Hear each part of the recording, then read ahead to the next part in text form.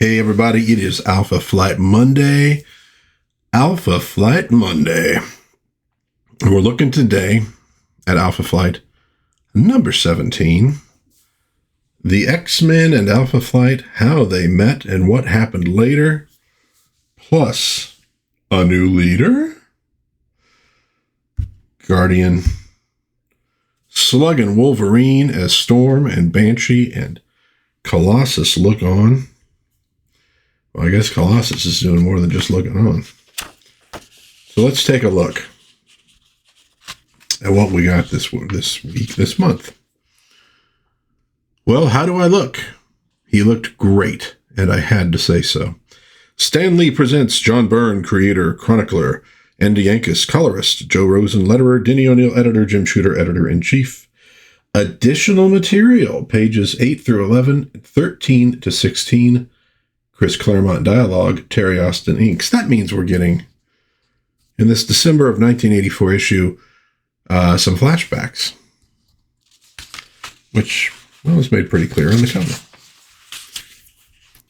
Okay, so let's take a look. This is James Hudson, who sadly passed away a few issues ago. Well, this is when he was still alive, trying on his super suit for the first time.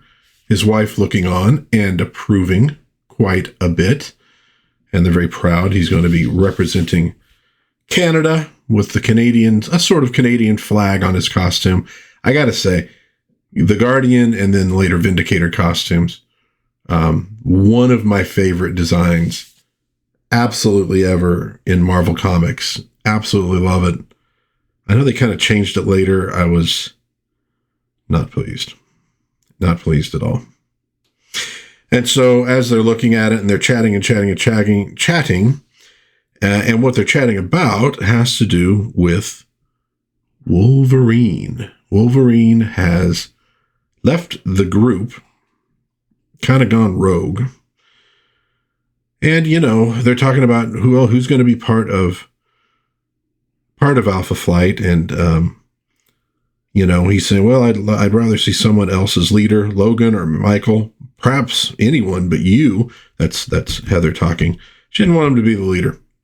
And he says, I wanted Logan to be a leader myself, Heather, but he's just not suited to it. His idea of subtlety is to use one of his claws instead of all six.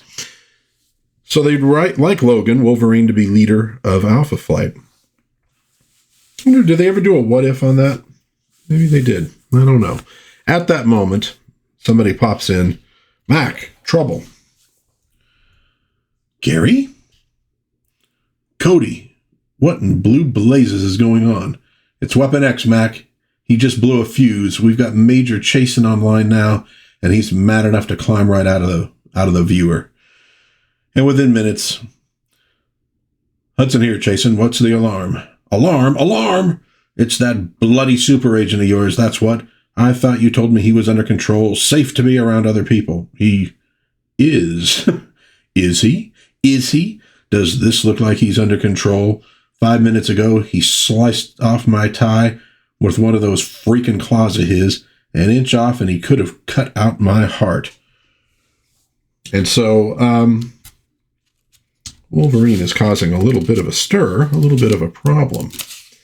And I know, to all Marvel comic fans, that'll come as a great surprise.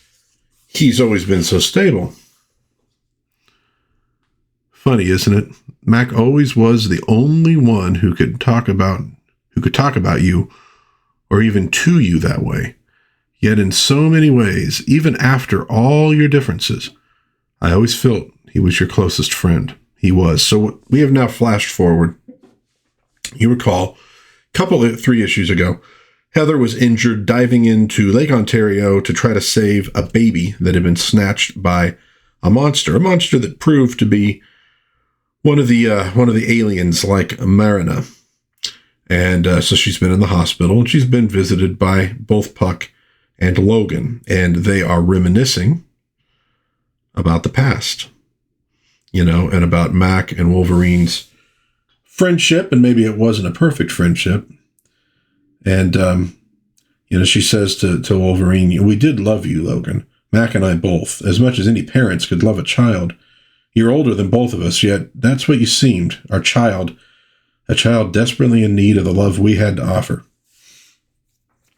Yeah, well, don't noise it around too much. I got a reputation to protect, but I guess I never really thought how much it must have hurt you and Mac when I took off to join the X-Men. Hurt? Oh, Logan, I don't think I've ever seen such anguish in Mac's eyes. Betrayed. That's how I feel, as if that little jerk just reached into my chest and pulled my heart out. How could he do it, Heather? How could he turn his back on us after all we've done? Yeah, Wolverine is a jerk. Don't tell him I said that, though. Oh, dude, we got to stop for a moment. Richard Pryor had a Saturday morning show, Pryor's Place, with Muppets and stuff. There was a time where the idea of that would have just seemed utterly insane. But there it was, along with Jim Henson's Muppet Babies, the Saturday Supercade with Q*bert, Space Ace, and, oh, there's Donkey Kong in there somewhere. What's the other one? Kangaroo? Something Roo? Oh, the Dungeons & Dragons cartoon, Pole Position. Get along, gang. Ugh. Anywho, so Heather and Mac are talking about Wolverine and all this stuff. They get this call, and Hudson here. Oh, it's you, Cody. Any word on Logan? What? Now? Gary, do you have any idea what time it is? I've had a long day, my friend. You don't. Listen, Mac, your day may have been rough, but at least you got to go home at a decent hour. I only just crawled through the door 15 minutes ago. The Prime Minister's office is fit to boil over, and they want both of us on the Hill now. Oh, all right. Sorry I snapped at you, Gary. See you there in 20 minutes? Fine. See you there. So, the Prime Minister is upset about this Wolverine business and summons them to the Hill. And there he basically is telling them, he's sick and tired with all this nonsense. Wolverine is Canadian property, and the Prime Minister will agree if he finds out. But he's not going to find out, is he, Doctor? This matter is going to be settled without one word of it ever having to cross his desk. Is that clear, gentlemen? So they want Wolverine back, one way or the other. Yes, sir. We'll get right on it, won't we, Dr. Hudson? Yes, we will. Just as long as the minister realizes what he's talking about amounts to nothing less than a covert invasion of the United States. And back to those two reminiscing. Yeah, that sounds like Jimmy. He always did have a flair for the dramatic. What about your side, Logan? It took weeks for Department H to set up the invasion. What were you doing all that time? And so we're going to get like a little bit, and this is stuff that was taken from Claremont, his dialogue they talked about on the credits page. We're sort of getting a look at the X-Men when Wolverine first joined, all that kind of good stuff. And, basically Wolverine being Wolverine. In fact, yeah, that's that part where Storm is disgusted by his hunting. It says, you would take the lives of innocent animals, not for survival, but merely for sport. Even if I would, Broad, what flamin' business is it of yours? I said hunting, honey bunch. I said nothing about killing. It takes no skill to kill. What takes skill is sneaking up close enough to a skittish doe to touch her. Wolverine, I am sorry. I misjudged you. I could care less, Roro. You've all been misjudging me since the day I joined this turkey outfit. Oh, that's old school. That's old school talk. And we get a Broad out of Wolverine. He's a rugged, rough kind of guy. He doesn't play by the rules. And so, meanwhile, this bizarre craft is heading into American airspace. It's commandeered SHIELD equipment. Interesting. And Standby Alpha. Now, what do they mean by Standby Alpha? Well, I've been calling Hudson Guardian here. But at this point, he was known as Weapon Alpha. That was his designation. He's Weapon Alpha. Wolverine, of course, Weapon X early on. And so, boom, he shoots out of the bottom of this thing. This is the first practical test I've given my battle suit. Wolverine's tough. I hope my shields his shields really are up to his claws. In any case, I can't depend upon technical superiority. I'll have to take him off guard and keep him that way. But to do that, I'll have to provoke one of his berserker furies, and that could get me dead. So meanwhile, Wolverine is out stalking this deer, and then all of a sudden, blasting up out of the ground, Weapon Alpha. Recognize me, Weapon X? James McDonald Hudson at your service, although these days I'm better known as Weapon Alpha.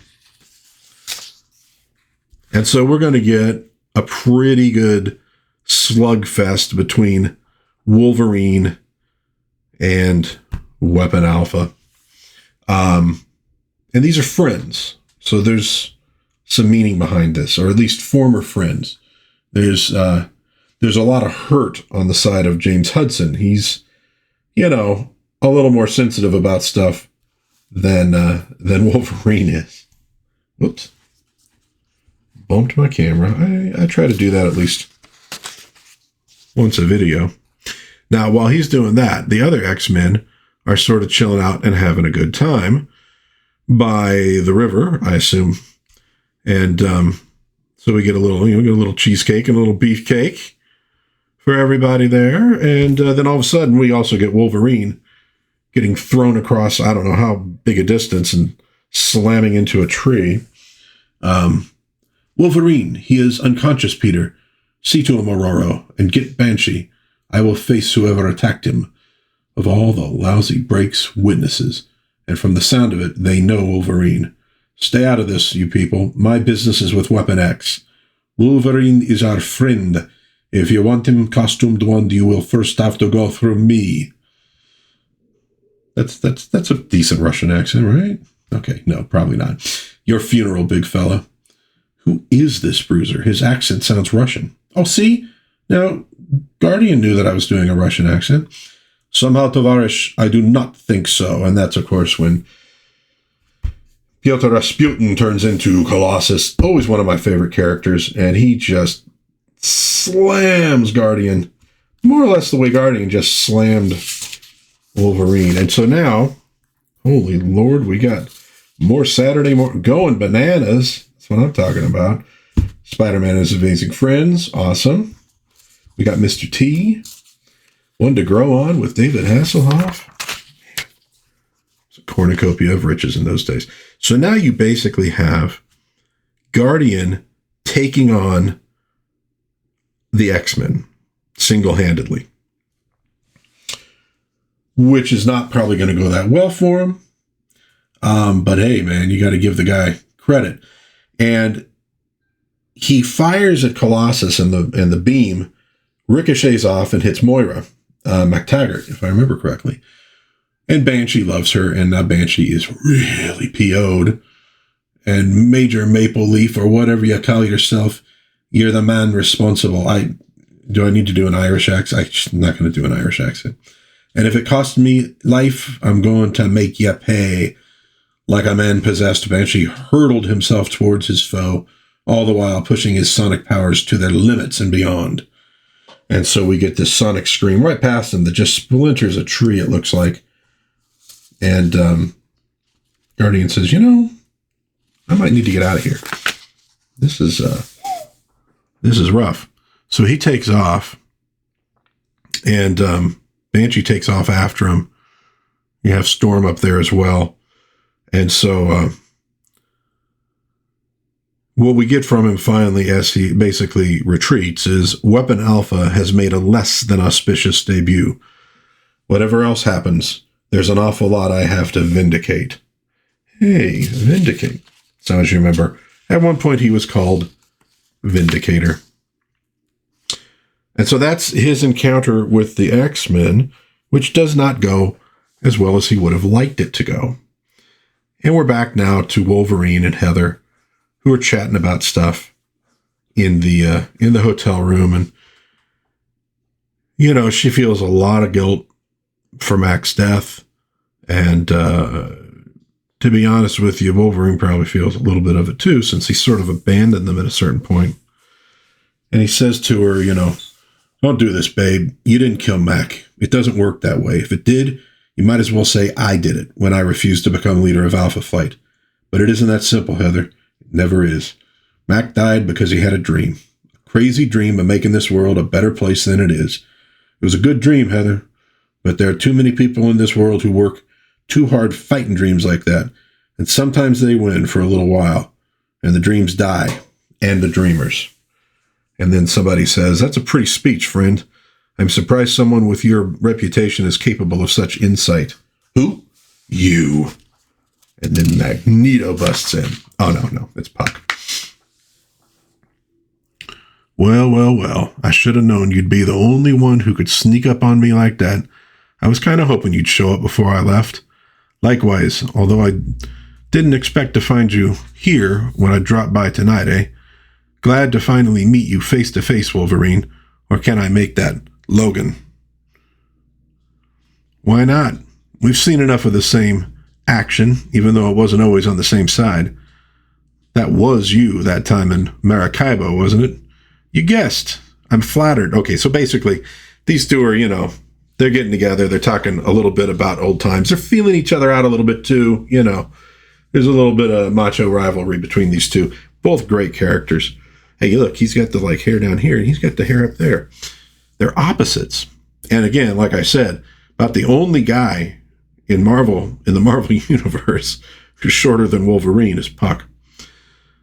So then they break off, and he's talking to Heather, and about Alpha Flight and about what they're going to do and about the future. And so finally, Puck gets to the point here. There's only one person I know who's even remotely qualified. We're talking about, to be the leader. Heather. Qualified Heather, someone who's been there with the group right from the start. Hold your horses, Judd. I've got other commitments now, and I can't come back to Alpha. Not now, not yet. I didn't mean you. I meant Heather. Me? But I'm not a superhero. I don't have any abilities. I'm just one woman. And I'm just a dwarf, eh? Just a little man with stunted limbs and more pain than a fair share to go with them. But that didn't stop me once I made up my mind. He's got a point, Heather. You and Jimmy were the mother and father to Alpha Flight, but you were the real spirit. Even though you didn't really want Jimmy risking his neck like that, you stuck by him. You were the glue that held Alpha Flight together. I hadn't thought of it like that, but you're right, both of you. If Alpha Flight is going to survive, it needs a leader. For Mac, for the dream. I will be that leader. Whoa, so here we go. So this is kind of... really, in a way, the beginning of this arc for Heather Hudson. She says, hey, I'm not a superhero. How can I be a leader of Alpha Flight? Well, it may not take a superhero to lead the team, but she is the spirit of Alpha Flight, kind of the same way that, Ben Grimm is the spirit of the Fantastic Four. Captain America is the spirit of the Avengers, even though he was not one of the original Avengers. Heather is sort of the spirit of Alpha Flight. And now she's going to go ahead and move into that leadership role. Whoa, what's going on here? And let's be honest. Mac wasn't a superhero either until he put on that suit. So who knows what's going to happen? But meanwhile, the lady in the Star Wars whatever bath is Aurora. And the blonde here is Walter Lankowski, Sasquatch. And what they're trying to do is to remove Aurora's mutant status, so to speak, while not removing her powers. She wants a separation from her twin, North Star, who is also a mutant. And so he goes, okay, I'm activating the primary sequence now. She's going through some pain. She crashes out of the thing. Aurora, Jean-Marie, in heaven's name, are you all right? Aurora, I am fine, mon cher. You said it might hurt a little.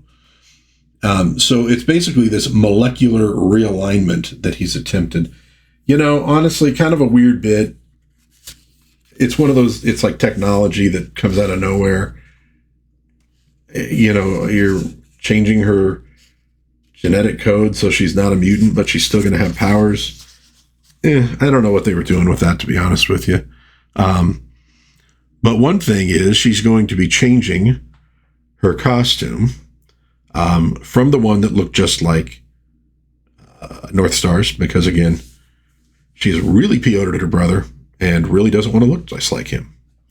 And so, and when he sees it, holy cow, and you get a little bit of a glimpse here, it was definitely a more revealing costume than the other one. That fits with Aurora's personality. Well, one of her personalities. So, what do we get in this issue? We get a little flashback to Mac fighting the X-Men, trying to bring Wolverine back to Canada, failing, and off he goes, and he realizes that he's probably got a lot to learn about being a superhero. And that was always going to be an issue with him, about a certain amount of self-confidence, which you can understand. I mean, he's a normal human being, so to speak. And, that's a big role to step into.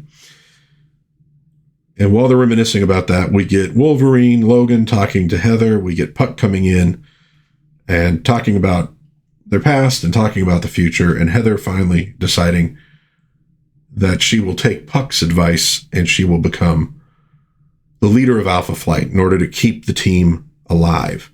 She's going to have to reassemble it a little bit. And then we finally get this small snippet here of Aurora having this molecular rearrangement done so that she can maintain her powers and lose some of her mutant status. And this is also Aurora changing her costume and trying to split more from her brother, North Star.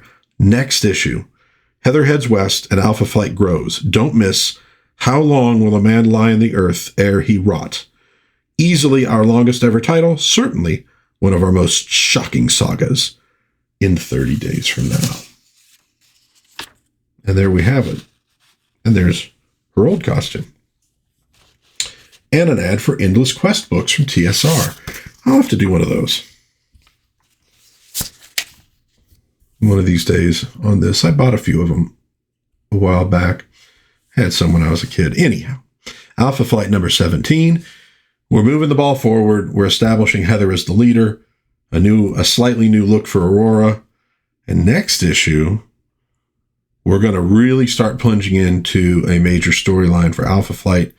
Some major villains that are going to plague them for quite some time. So, join me in 7 days. You don't have to wait 37 days for Alpha Flight number 18.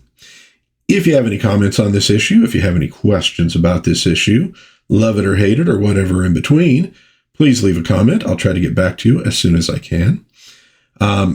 If you enjoyed the video, please like, maybe subscribe, maybe share with a friend. I would always appreciate that. Helps my little channel grow. And until next time, God bless everybody. Be kind to one another. Try to have a little fun. And I will see you again in Dad's Den of Pop Culture. Bye-bye.